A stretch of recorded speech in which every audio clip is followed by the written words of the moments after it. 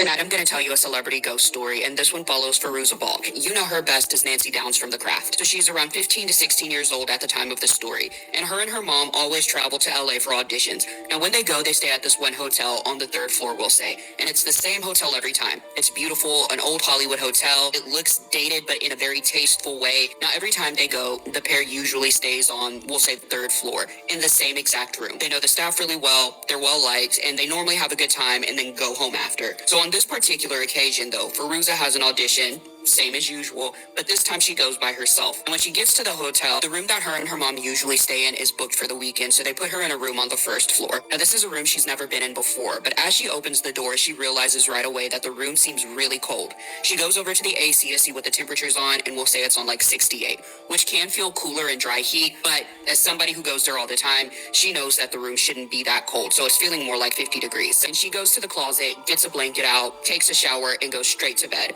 The audition she has the next day is a huge audition for a huge movie, and she wants to make sure that she's well rested so she can focus tomorrow and do a good job. So after she showers, she gets right in the bed, turns off the light, and then turns over. Now, the room at this point is still really cold, but as she's sleeping, or at least trying to sleep, she hears something flick on. So she rolls over, and she sees that the light is on. So she goes and she cuts the light off, rolls back over, and then a couple of minutes later, she hears some clicking. So she's looking around, and the light's back on. So she turns it off, she rolls back over, and she goes to sleep, and then she hears the damn thing again. The light is back on.